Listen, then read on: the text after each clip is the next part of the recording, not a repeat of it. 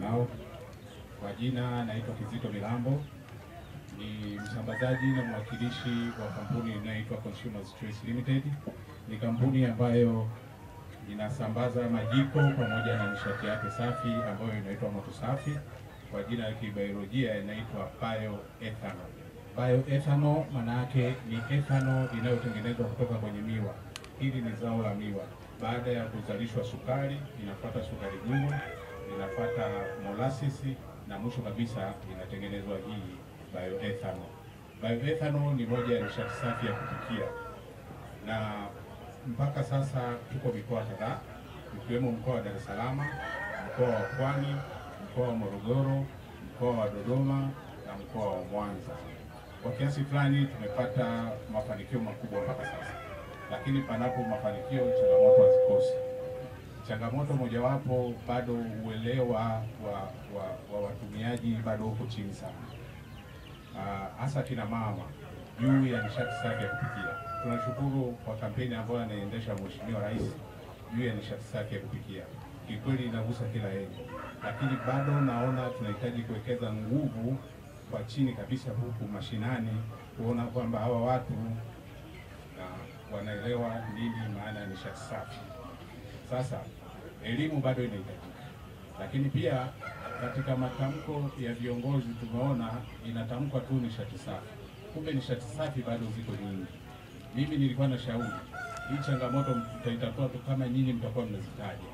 Nishati safi pamoja na LPG kama ambazo umeziona hapo nje, lakini kuna mkaa mweupe, lakini kuna bioethanol na kadhalika, ili mtusaidie kufikisha sasa ujumbe kumbe nishati safi sio kundi moja la nishati.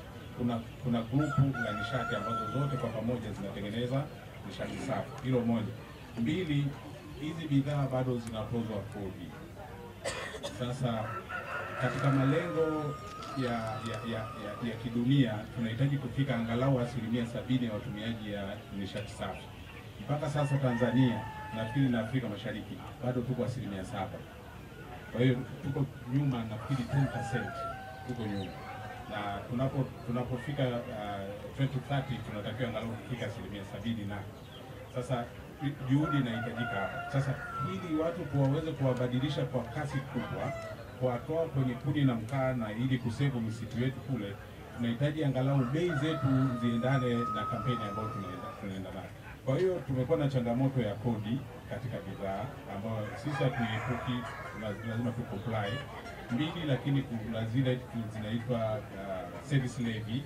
Tunapokuwa tunahudumia wateja masokoni, mitaani na kadhalika, halmashauri zinapotukuta tunakuwa kama vile tumevunja sheria, na aidha tunatakiwa kucomply kabla kulipa, na kwa minimum kwa siku waipungushi ya kushiriki kwa siku kulipia hivi. Sasa hivi ni visababishi ambavyo vinapelekea kufanya hizi gharama zionekane bado kubwa ukilinganisha na mkaa, japokuwa tunajitahidi ziende kwa kiasi kikubwa, kwa kiasi kidogo, bei ndogo zaidi, ili kila mtu aweze kumudu.